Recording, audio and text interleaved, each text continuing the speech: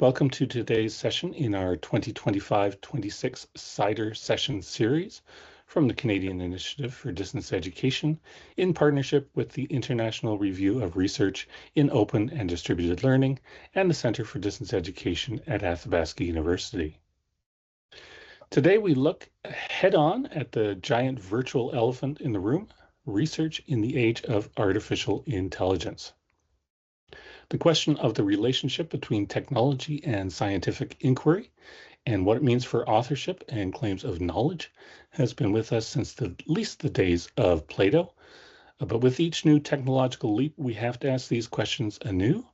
With technology-supported scholarship, who or what is an author, and how is the author's role constructed?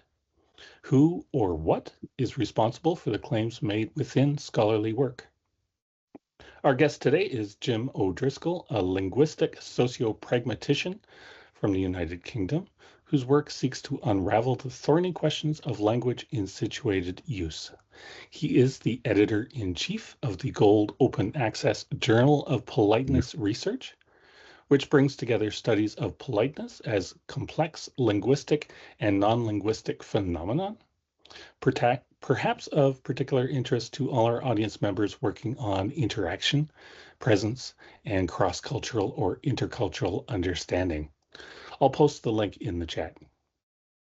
Dr. O'Driscoll has held posts in 6 different countries, most recently at the universities of Huddersfield, Sheffield, and Leeds, and his book, Offensive Language, Taboo, Offense, and Social Control, is published through Bloomsbury, exploring the opposite end of the politeness offensive scale with all too much evidence in discourse today.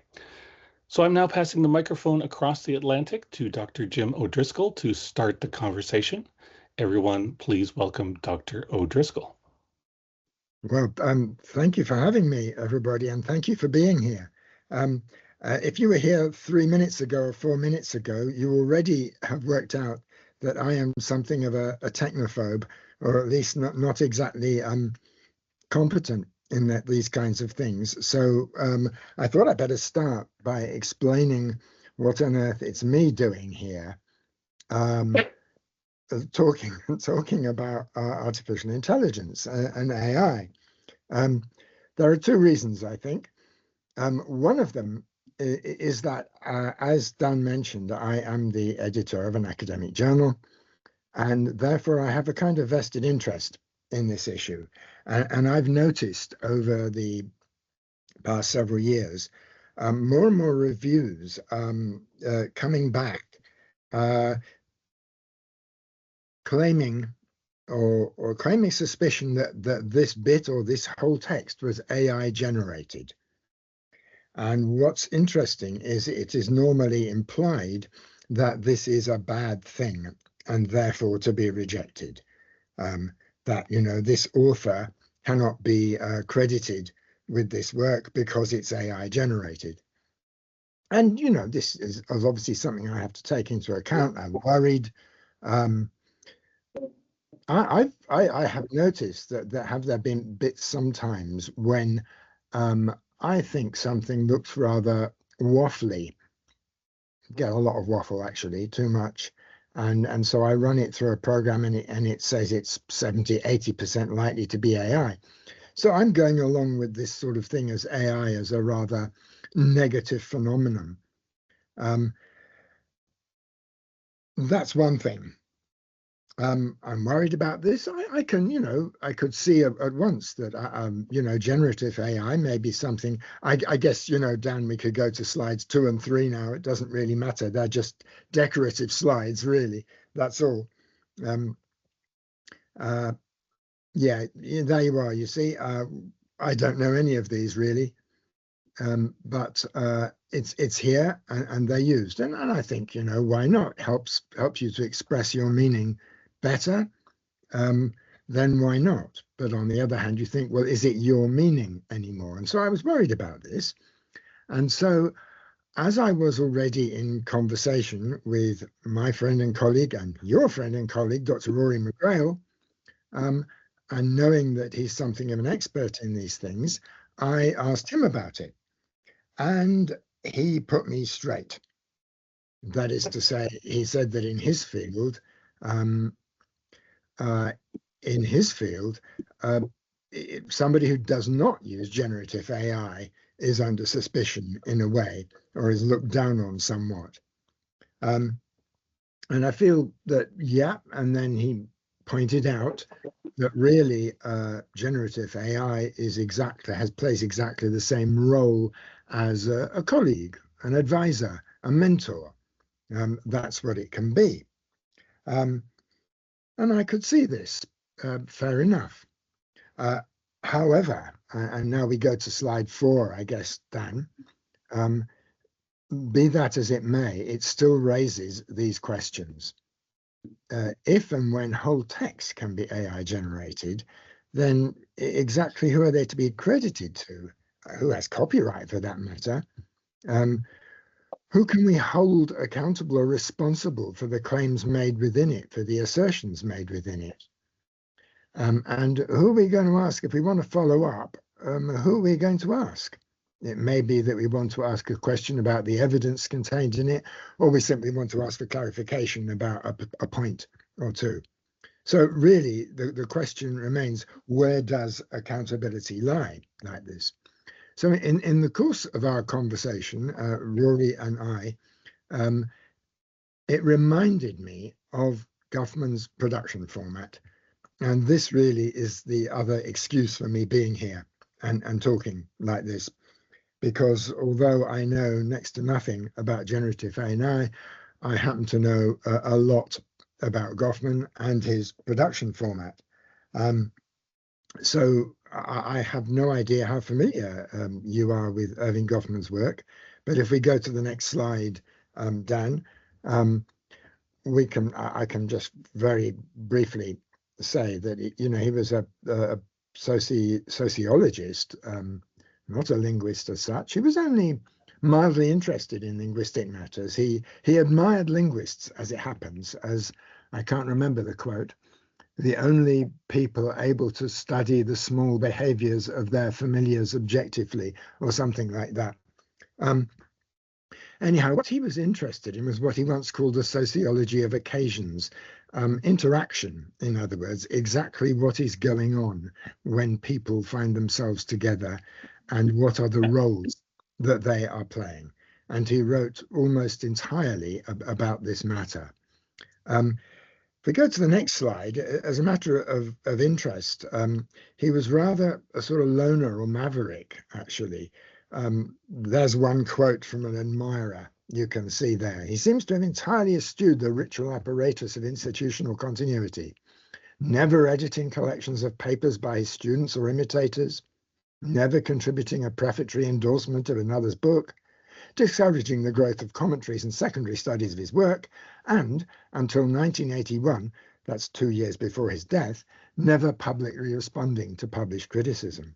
What he tended to do was sort of throw a concept or an idea out, write about it and explore it at great length, and then forget about it and never mention it again in the rest of his works. There's almost no self-citation in Goffman's work. A good example is actually his concept of face, or face work, which was from one essay written in 1955, quite early in his career. It was picked up some 25 years later, and you could argue to a very large extent it is responsible for the whole field of what is now known, perhaps unfortunately, as politeness studies, hence the journal of which I'm editor. So he explored this concept of face and then never mentioned it again. The same is true of production format, which is what we're going to concentrate on. It was only in part of an essay called Footing, first written in 79 and republished in a collection in 81, where, among other things, he sort of atomized or deconstructed the notions of speaker and hearer, which were common to communications theory and also to the burgeoning field of speech act theory at the time. The simple idea of one speaker, one hearer. And he spends a lot of time explaining how there are all sorts of different kinds of hearers with different responsibilities and roles and obligations and rights.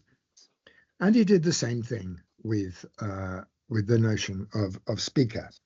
And this next slide, I guess, Dan.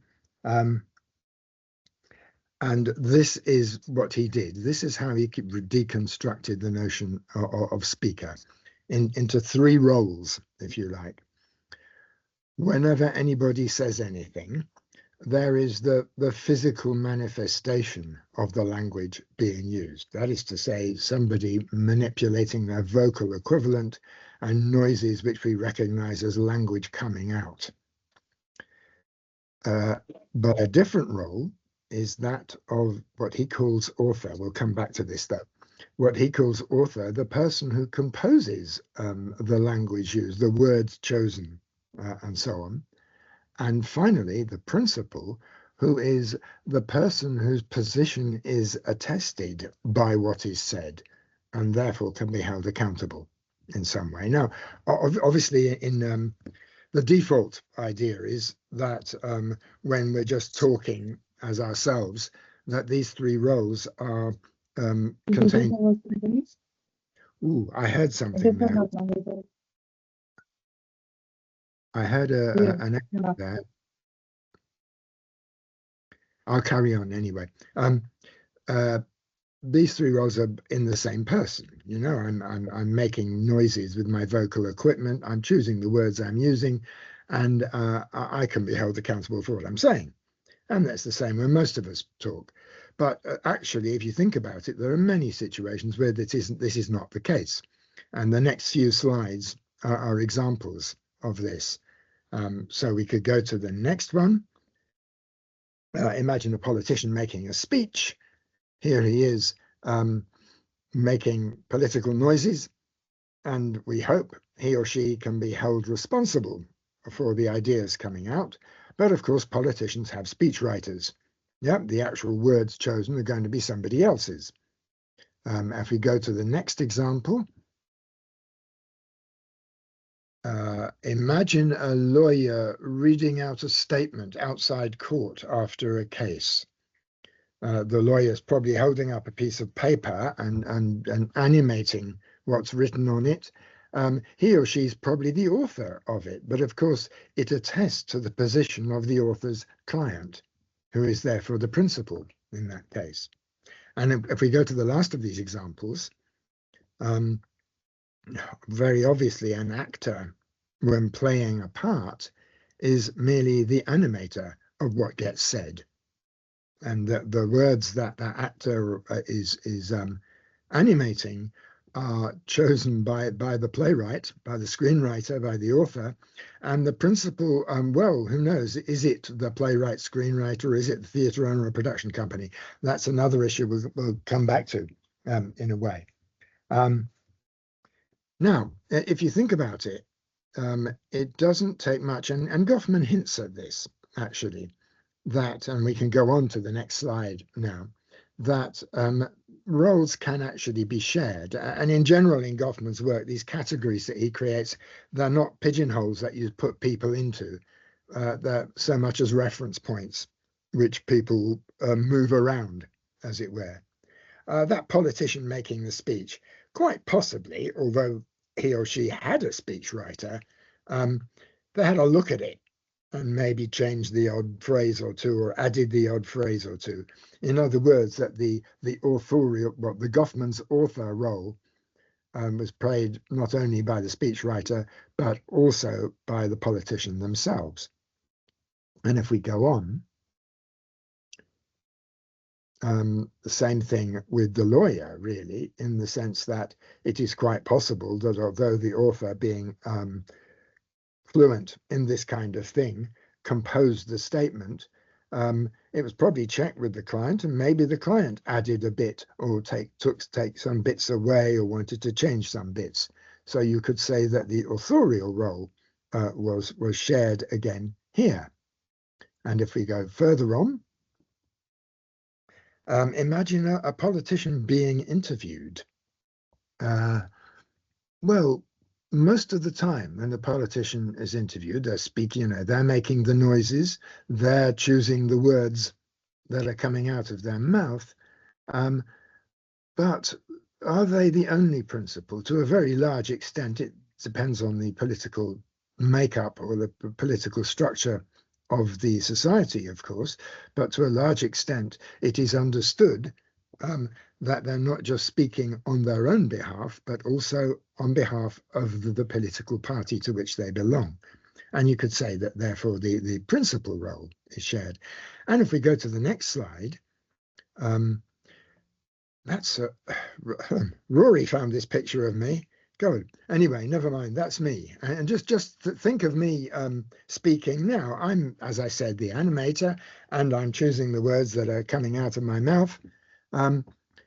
But to the extent that what I'm doing is relaying the ideas of Goffman, you could say that to some extent, Goffman is the principal and could be held accountable for what is said. Of course, I must be accountable for the accuracy of my account of Goffman's ideas. But again, you could say, therefore, that the principal role is shared in some way. Okay, now, as you can see from these examples, sorry, could I stop? Would anybody like to make a comment at this point, or for that matter, ask a question? I don't know. Sure. So anyone who would like to speak up, you're welcome to raise your hand or simply begin speaking. Grab the microphone and make any comments or questions. It's not obligatory. It's just I'm conscious of the fact that monologuing for a long time can be rather wearing, more on the people listening than on the speaker in many respects. Now, Goffman's ideas, as you can see, were designed for speech. But if you think about it, it's not hard, and I've done quite a bit of work on this already. It's not really hard that we can use them for language in the written mode as well. After all, the same things apply. I mean, in the sense that words have to be chosen and somebody's position is attested by whatever you can see on the page or the screen. But instead of vocal equipment, we have things like pens and keyboards and so on, which animate the symbols and therefore the language which is there. It's the same kind of thing. So we move to the next slide. If you think about production format like this, you can see that actually you can have even more role division in a way. This is an example.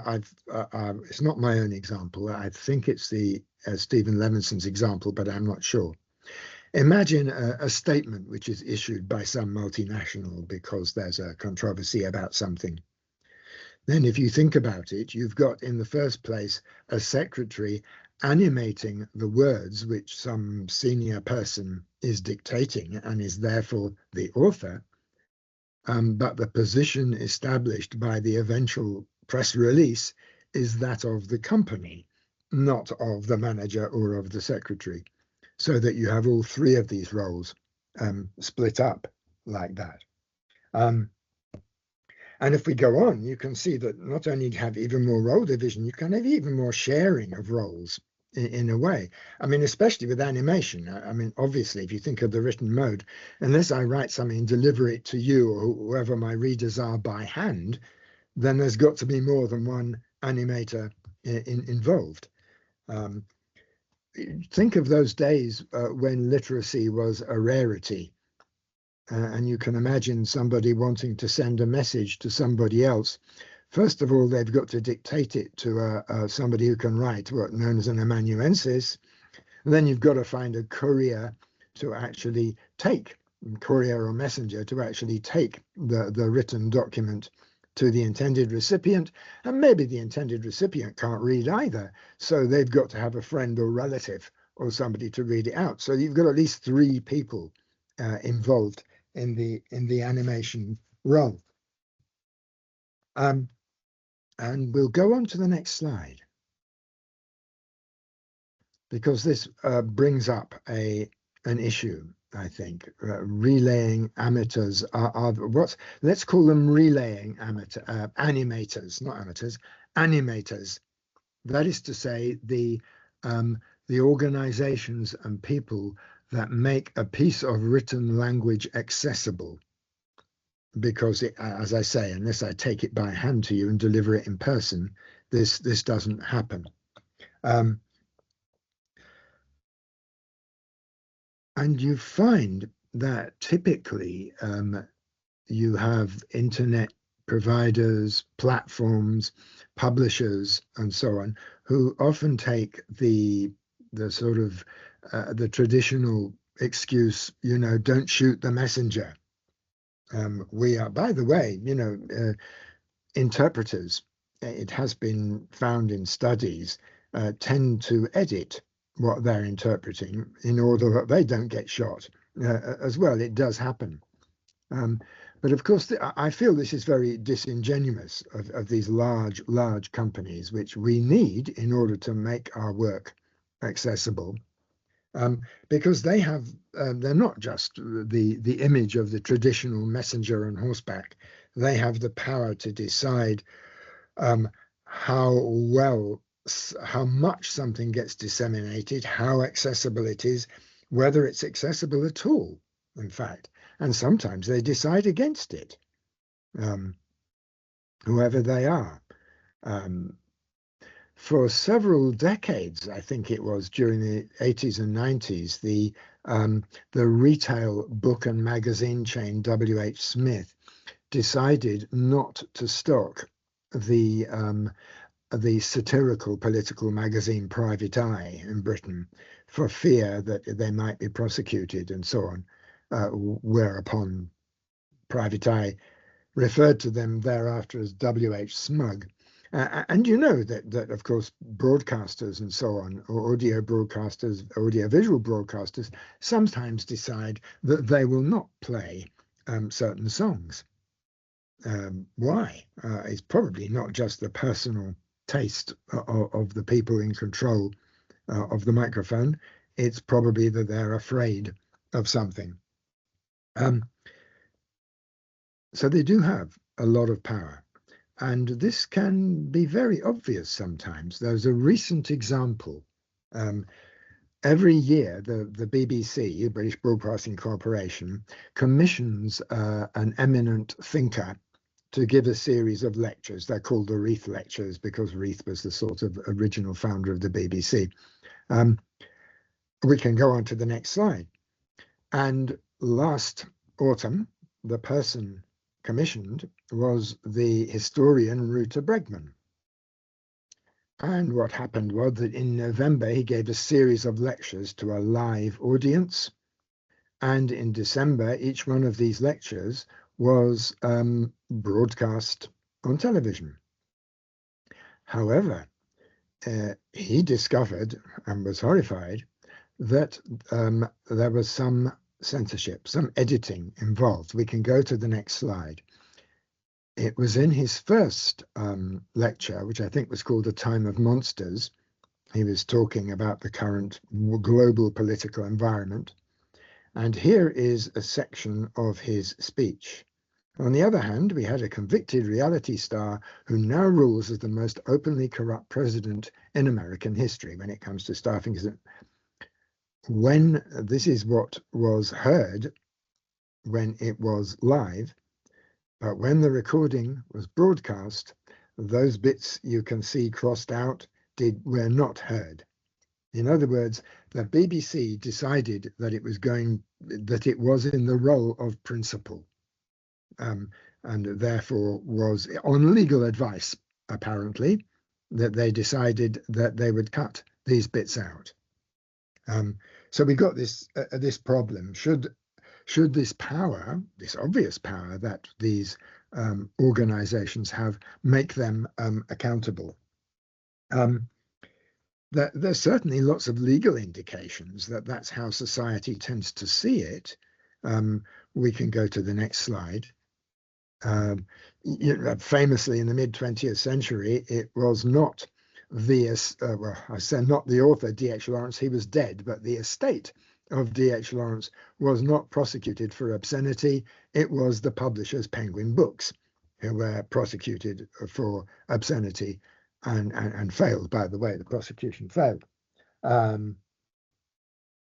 Likewise, even if you think of the furore which surrounded Salman Rushdie's Satanic Verses publication in the 1990s, it wasn't just the fatwa issued against him, but Penguin Books, the publisher, discovered themselves banned from just about all Muslim majority countries immediately. At a smaller level, I was recently writing a short article for a language magazine. It's a sort of magazine intended to be the sort of equivalent of History Today, a popularizing linguistics magazine. And I'd written something, and the editor told me she would not be happy having this particular predication or phrase, I forget what it was, appearing in my name, she said. Therefore, it would appear taking on the role of principle like that. So there is this indication, it seems, that relaying amateurs are de facto principles. However, next slide. I think it's important for scholarships that we recognize them as subsidiary principles only. They are, after all, these, platforms, internet platforms, providers, and so on, that they're big business. They have a lot to lose. And therefore, if they are held always accountable for what appears on their platforms, it's likely to have this chilling effect, if you like. They'll be overcautious about what they allow to appear, which could have a chilling effect on academic freedom and diversity of thought. And the fact, of course, that large language models only use what is already there. They only use what has already been written, of course, for the models to generate their texts, means that they tend to proliferate the dominant ideology. So I think that if you were to hold these relaying amateurs responsible, it would not be a good thing. I think you can have them accountable for procedural integrity, if you like. I'm thinking now of journals and so on, proper peer review, transparency of the whole process, following ethical guidelines, and so on. But let's call it the main principle. That is, for the truth, for the originality, for the making sense or not sense of what appears in the article, must be a human author or authors.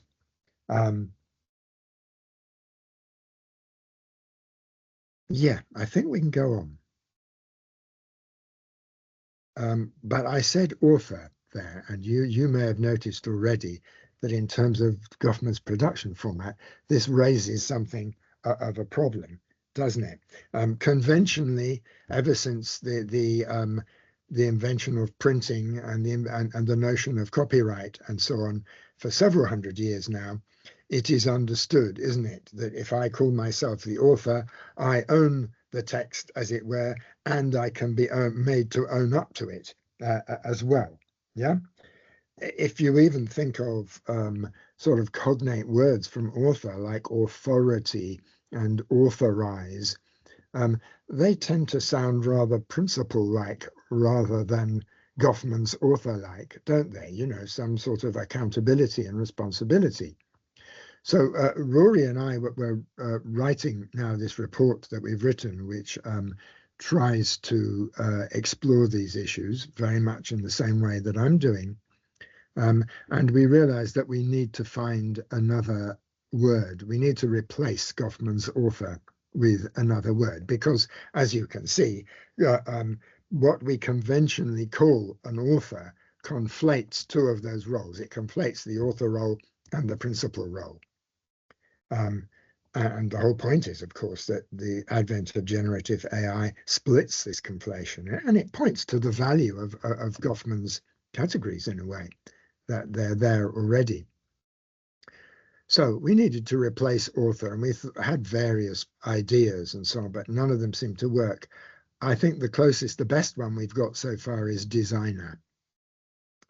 You know, because it highlights the sort of the fact of textual artifact, if you like, the form, if you like. So you've got on the other hand, one hand, the principal, who is responsible for what is said, who's got something to say, who produces meanings, and then you've got the design role, which is how to express those meanings, the form. So I think, as far as I can see, I think it works quite well, shall we say. And I think also that it helps highlight the distinction, which has now become important, between principal and designer, which echoes, if we could go on to the next slide, which echoes the ancient Greek concept of isegoria as expounded by one of my intellectual heroes, Yanis Varoufakis. Isegoria was the right to have one's views considered on their merits, regardless not only of who you are, and we'll come back to this, but also regardless of eloquence or rhetorical flourish. I'm quoting Varoufakis there. It is the principal role, it is the responsibility for the ideas, for the meanings, the views, and that's what matters. And so I think if we go to the next slide, you can see already from what I've been saying, I hope, that I'm going to say no to the idea of designers as principals, that we need to recognize this distinction. And if a generative AI designer in tow or part, it is not and cannot be held accountable for what appears. An identifiable human principle is, I think, essential. I think for several reasons. You know, first of all, it has, you know, ramifications. You know, you produce a piece of research, it has ramifications for further research, for policy, for real world actions, in fact. And what, as I said, what about if you want to follow up something in that article? You want clarification or you want further evidence. But remember, of course, that most kinds of evidence cannot be actually shown in an article. They merely have to be reported. If you want more of this, then, you know, who are you going to find? You have to have a human to follow up with it. And you know, ultimately, of course, you know, crucially, it's responsibility for the claims that are made in it. What if they are flawed or fraudulent even? What about that later retracted MMR study, Mumps, Measles, Rubella study, which had a lot of influence? Think how much more difficult it would have been if there was not there were not recognizable human authors who could be quizzed on these things, on their methodology, and so on. It becomes essential. Yes. Next slide, I think.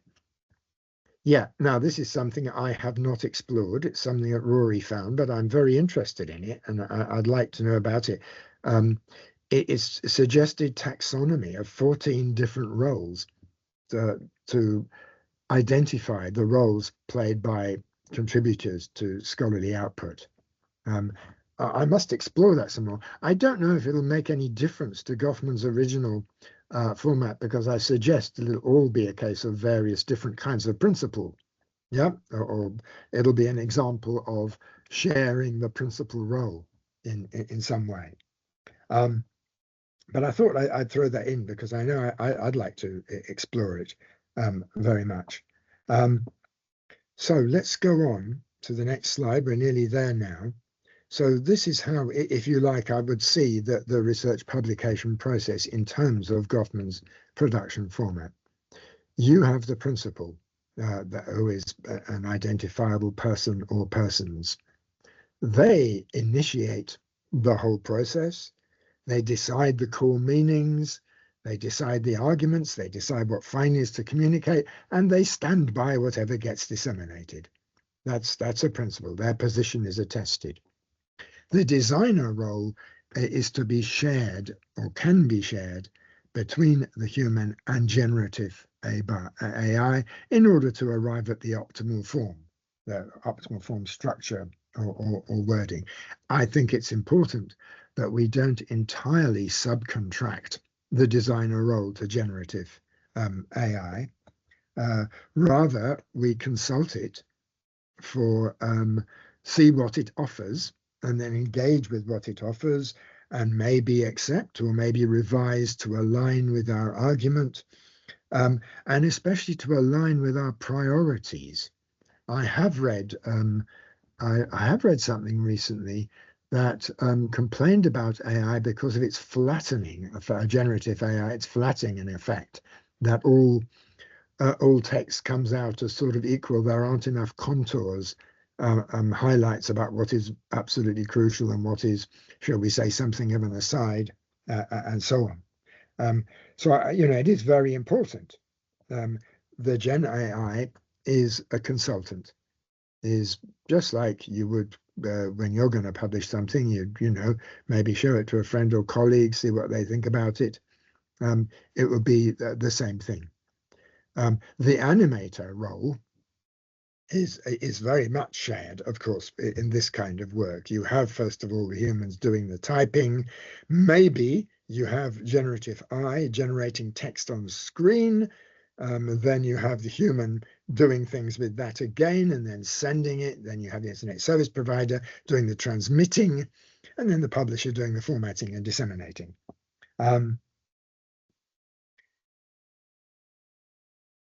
Of course, I recognize it's not quite as clear cut as this would decide. Who was it who once said, I write in order to find out what I'm thinking? And I understand that very much. It's, the process of animation and design can actually feed into meaning. But nevertheless, as reference points, as I said, I think these categories work, and they do at least offer I'm not an expert. I do not use an awful lot of generative AI, but they at least offer some kind of perspective on the issue. The point is that ultimately let's call ourselves the writers, the researchers, we decide what gets actually disseminated. If we go on now, last slide. Is it the last slide? I think it is. Oh, I just wanted to mention this because it's come up, just one thing. One clear positive of sort of widespread use of generative AI is that it encourages that iseoria idea of text assessed on their merits, not on the authority of who wrote it. And the thing, I agree with an article by David Gunkel called Death of the Author or something. This can only be a good thing. And I've got two little snippets there. One of them from a novelist who once said, don't believe what writers tell you about their work, just trust what you find in their work. And then there's that Buddhist maxim about don't look at the finger, look at where it's pointing. I think, it can only be a good thing that the identity of the author, I use the word advisedly there, author in the conventional sense, is not important in assessing the validity or quality of the meanings provided. They are accountable for it, though. Last slide.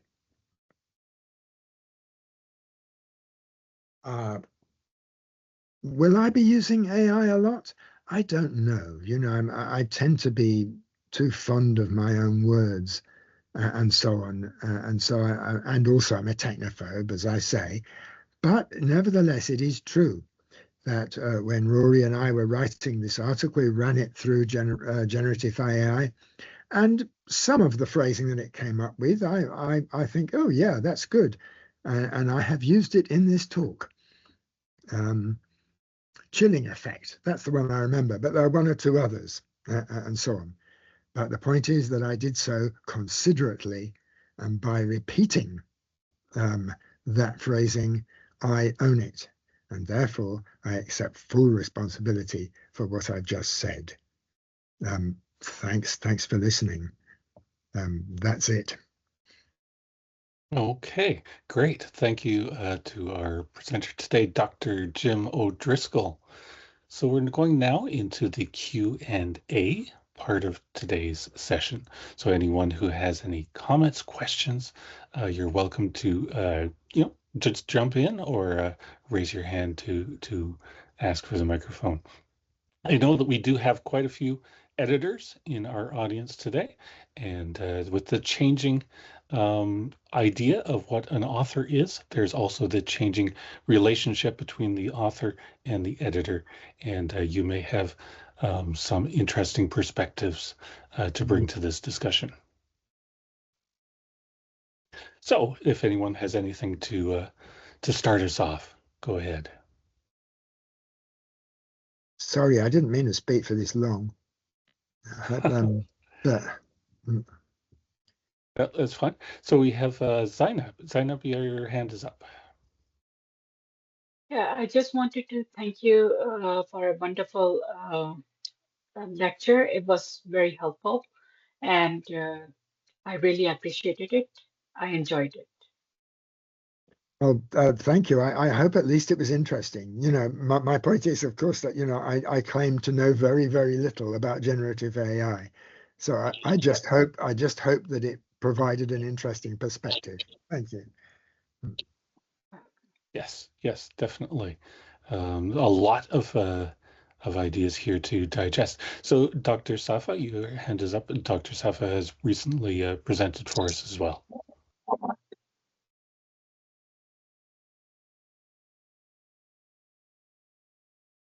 We're not hearing you, Dr. Safa. Your microphone's still switched off.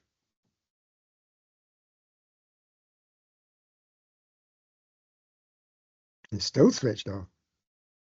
Yep. We may have to come back to you, Dr. Safa. Yeah. All right. So, does anyone else have any questions about? I mean, one of the concerns, of course, I think from an editor's point of view, would be whether the editor's role has become one more. It feels like policing almost, and if that shift from dealing with ideas and so on to one of just trying to analyze signs in the text as to whether it looks suspicious or if it's committing some sort of crime in a way, has affected the relationship between the editor and the author. And as both an editor and an author, perhaps you have something to say about that. Well, I think I've come round very much to Rory's point of view in this, that I don't think I'll be any more policing in that sense. I think it is important that if generative AI has been used, if some ideas have been run through that, it has to be owned up to. In just the same way as if you showed your work to a colleague, you'd probably thank them for it in a footnote, and also, and this is the point, issue a disclaimer that that they can't be held responsible for any of the ideas. And so if we see AI in the same way, then I hope it takes away from that sort of policing fear in a way. What we're interested in is, does this paper make sense? Is it relevant? Does it have something important to say? Certainly in my field, I find that I do tend to see papers with a lot of waffle. I think possibly because they are, I suspect in many cases, they are recently graduated doctoral students. And this is a sort of melange from their thesis. And now obviously they're writing for a different audience. You write a doctoral thesis, you have to display your knowledge. Whereas when you're writing an article for a journal, you should be getting down to the nitty gritty as quickly as you can. You don't have to display the knowledge. Sorry, that's going away from the point, isn't it? I think the point is that I am not now worried about this policing aspect anymore.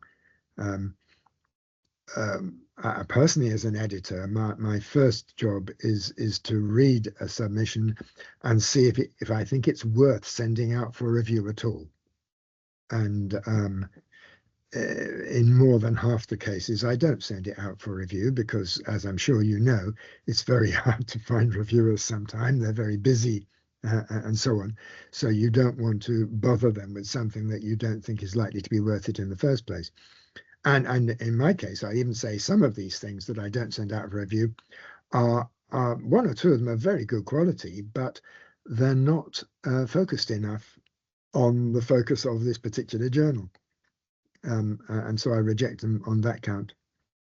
Anyhow, that's going off the point again, isn't it? I think that's fine.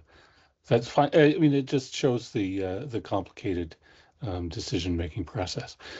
Dr. Stella George, you have your hand up. Yeah, Dr. Safa seems to have their mic fixed now, though, so I'm wondering if... Okay. Okay. Sure, we'll come back to Dr. Safa after you. Okay. Sure. Yeah, so a couple of thoughts. I totally agree with you that transparency, so my background is computer science, so I'm very familiar with the AI side and not familiar with the other side of things. But it strikes me that you cannot reliably use technology to do detection. And so the model of transparency and ownership of or responsibility for the way AIs have been used is really important in the way we move forward. So I guess my question is how we encourage responsible and transparent use of these technologies so that we're improving the quality of what's being done rather than shortcutting any parts. And so I'm also, you know, wondering whether in fact there can be advocacy of using some of these technologies to improve the quality of articles at the very first point of review. So whether there's something around the, you know, feed the article into an AI and ask for a critical appraisal. Where are the non sequiturs? Where are the, you know, challenge me on this article with an eye to improving it before submission.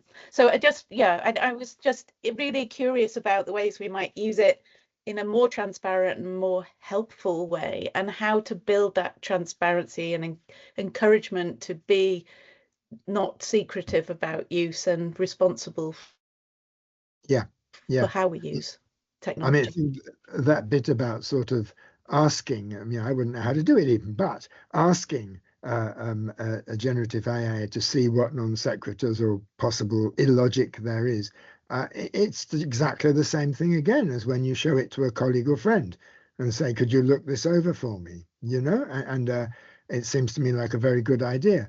I think that it is probably, as I say, important that simply whenever generative AI is used, there is a note to this effect somewhere, either in the text or in a footnote or something, to make it clear. As I said, just as you would when you show it to, you know, show your work to friends, or even thank them for sort of helping you to come up with the ideas you come up with.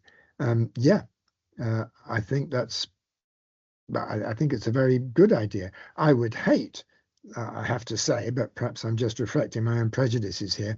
I would hate to see it become obligatory. As you sort of say, I'm not sure. I'm not sure if I will be using AI very much myself. I'm really not sure.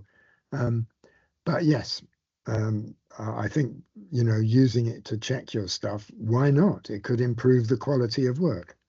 And ultimately, that's what we're interested in.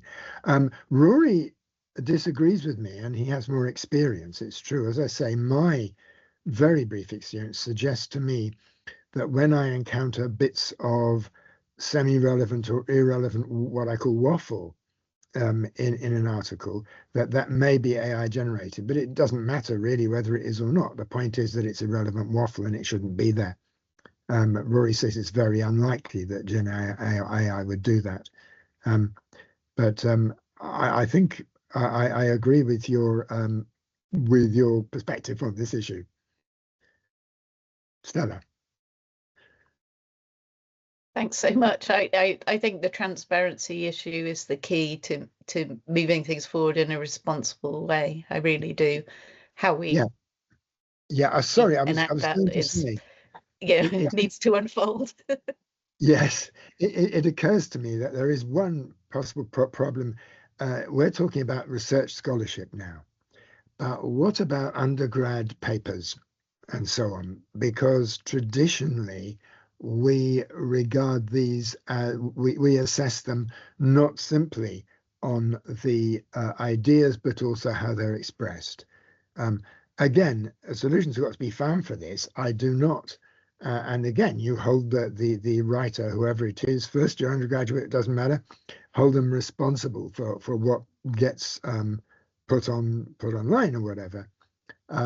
But it'll be perverse to say you are not allowed to use generative AI. It's there, it's a resource.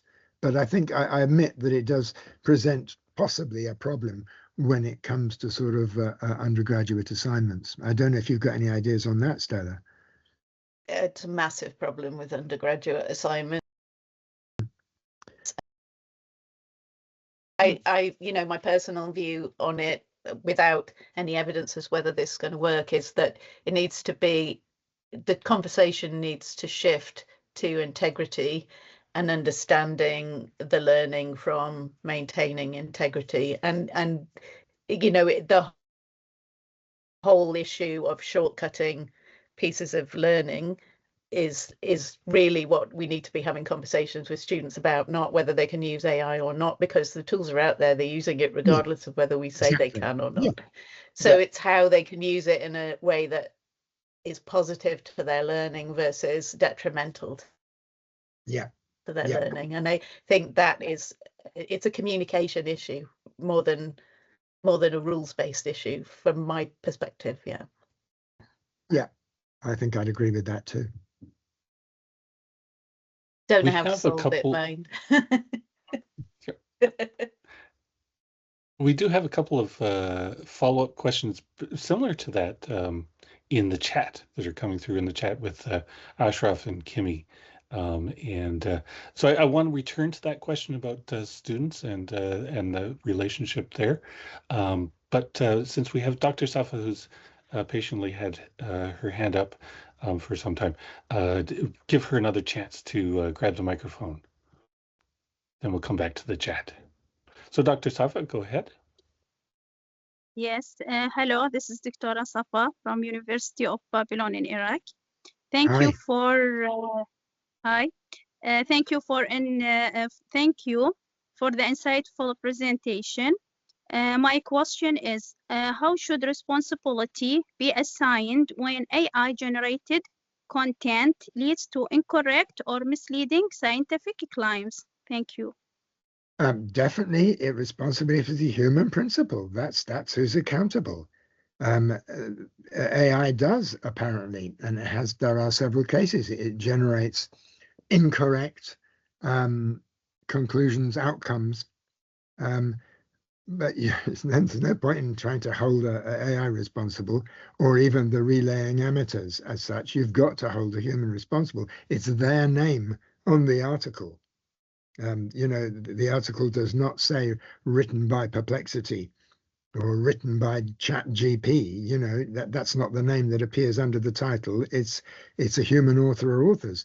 The human must always be held accountable, which is why I hope that this production format distinction is helpful like that. The principle has got to be human.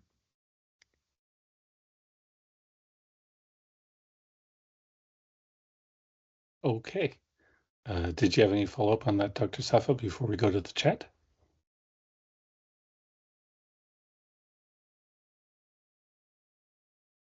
All right, so let's go to the chat. We have Ashraf and Kimmy who are both raising the question about the production format as applied to students, doctoral students in particular. And Ashraf is wondering, since you mentioned doctoral students, if there's a difference when thinking of student work.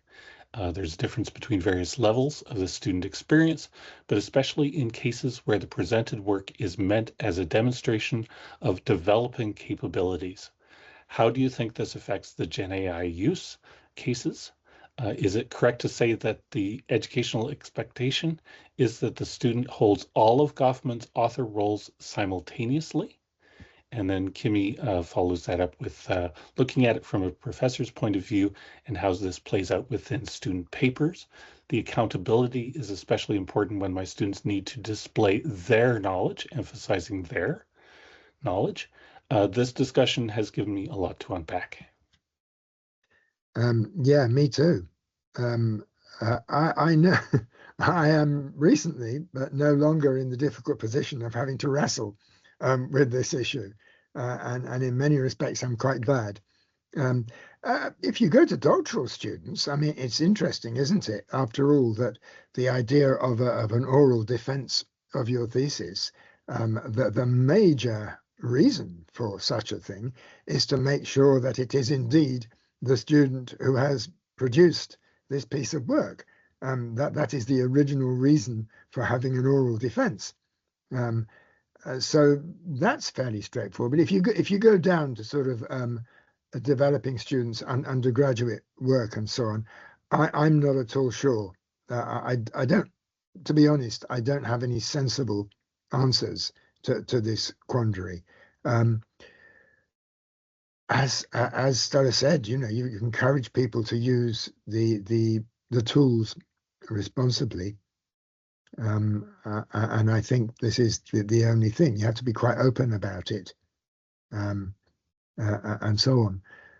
But on the other hand, you now know that certainly in this country, in Britain, at an undergraduate level, a high proportion of take-home student papers are produced by somebody else or something else. It doesn't have to be a thing, doesn't, sometimes there's an industry in, as you know, in people writing essays for students. There's only one way around this, I'm afraid, and that's to return to timed exams to some degree.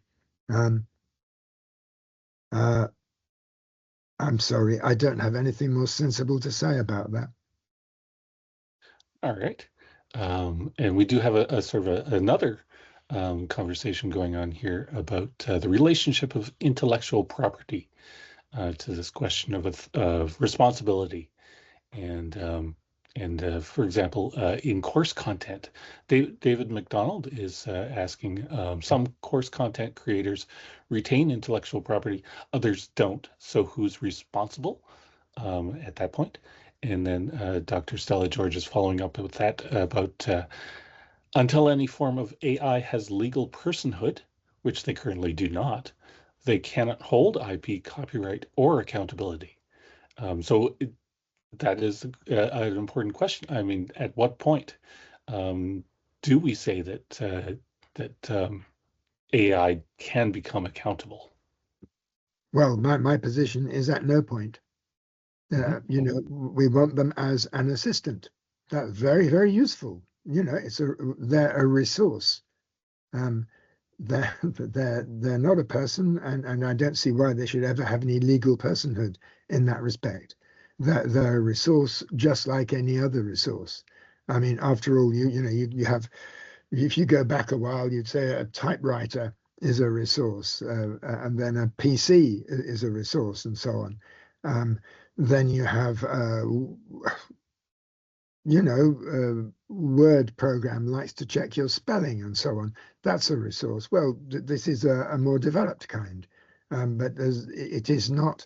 It should not ever be a principle. It should not ever be a principle. That's all. Okay, and Do we have a person whose name has come up a few times in this discussion so far? Dr. Rory McGreal has your hand up. Go ahead, Dr. Rory McGreal. Yes. Of course, this idea of the principle is tied up very strongly with integrity and accountability. And this past week or so, we have a question of this that becomes far more important for the society than for editors and academics, is that the Pentagon is suing the AI company Anthropic, which produces the AI Claude, and they're suing them because Anthropic wants to maintain control of the algorithms. And what the Pentagon wants is to be able to use the AI to control death machines or robots or other things. And if the death machines and robots start working autonomously, who's responsible? I mean, now we have international law that says that a soldier can't shoot civilians. It's obviously being broken all the time, but at least we have some rule about it. But the principle, who's the principal when the robots and the AI is just let loose in a deadly manner? And so, to me, this is a really important question, not just for us as editors, but also for society in general. Wow. Yeah, that's all I can say. Yeah, it is. I mean, I think it only underscores the importance of insisting on a human principle. You don't want robots and so on behaving autonomously. Yeah, they can be programmed to make certain decisions, procedural decisions, but you can't ever have them doing that. So I think, yeah, it's just very, very important to emphasize the idea of a human principle. Wow. Yes, sort of similar idea there, relating perhaps to writing, is the idea that there's now a Molt book, which is a Facebook strictly for AI agents to speak to each other and hold conversations and develop ideas on their own, and including religious texts. They're now writing their own religious texts and their own spiritual dogmas. So, I mean, at some point, yes, they do. They do start to work on their own and develop very ideas that seem very close to being a principle. So then, if we wanted to maintain the insistence on humanist principle, we'd have to go back to the devisers of the algorithms, and say they are. But that becomes, it's difficult, isn't it? Mm-hmm. It's a moving target. Yeah. All right, we do have a question in the comments. We have gone over time, so everyone who's still with us, thank you. And we'll try not to keep our presenter too long, but I do want to get to these questions and comments in the chat. So Kevin has posted a fairly long post here. I consider Gen AI as a tool similar to a calculator. Back when calculators became common, the academic world banned their use during exams, considering it cheating. Yeah. Gen AI is currently in its infancy and, interestingly enough, being treated in the same fashion. Today, calculators are common tools, and there is no expectation of the declaration of their use. So Kevin's question is, does the principal have an obligation to credit the animator on their final product? And considering the academic and business as distinct realms, would the answer be the same on both fronts? I don't know enough about the business world, but I suspect the answer would be yes, it would be the same on both fronts. It's going back to the transparency thing again, isn't it? Yes, it is true, and you saw that in that final, the second last slide, I had Gen AI involved in animation as well as in design. And I think the principal has an obligation to credit the animator, to credit that animator anyway. You don't bother to credit the producer of your PC keyboard, I suppose. But then your PC keyboard doesn't actually in any way produce language by itself. The fact that Gen AI generates text by itself means that you do have to credit it always. But I'm sorry, I just, and I think this is important in the academic world, I don't know whether it is in business as well, but I suspect yes. And Dr. Safa has posted a shorter note here, which I think is related to Kevin's idea of the calculator. And Dr. Safa is asking, do you think treating AI purely as a tool might risk reducing transparency in scholarly work, especially in educational contexts? Transparency again. You know, you have to declare it. And you should declare it. But you know, as Kimmy has written too, the struggle is real. Yeah, it is. It's a thorny and in a way slightly different question. I say when it comes to student papers, because you know, purely educational context as opposed to research context, because we expect, or the conventional expectation is that we are assessing the work not just on the content, that is on the meaning, but on how it's expressed. In other words, both design and principle as well. And if it's handwriting, animation too. So that is a problem. But I don't think treating AI purely as a tool can reduce transparency, provided it's owned up to. Okay, I think we can probably wrap it up there. But you know, I'm gonna agree with Kimmy's note here.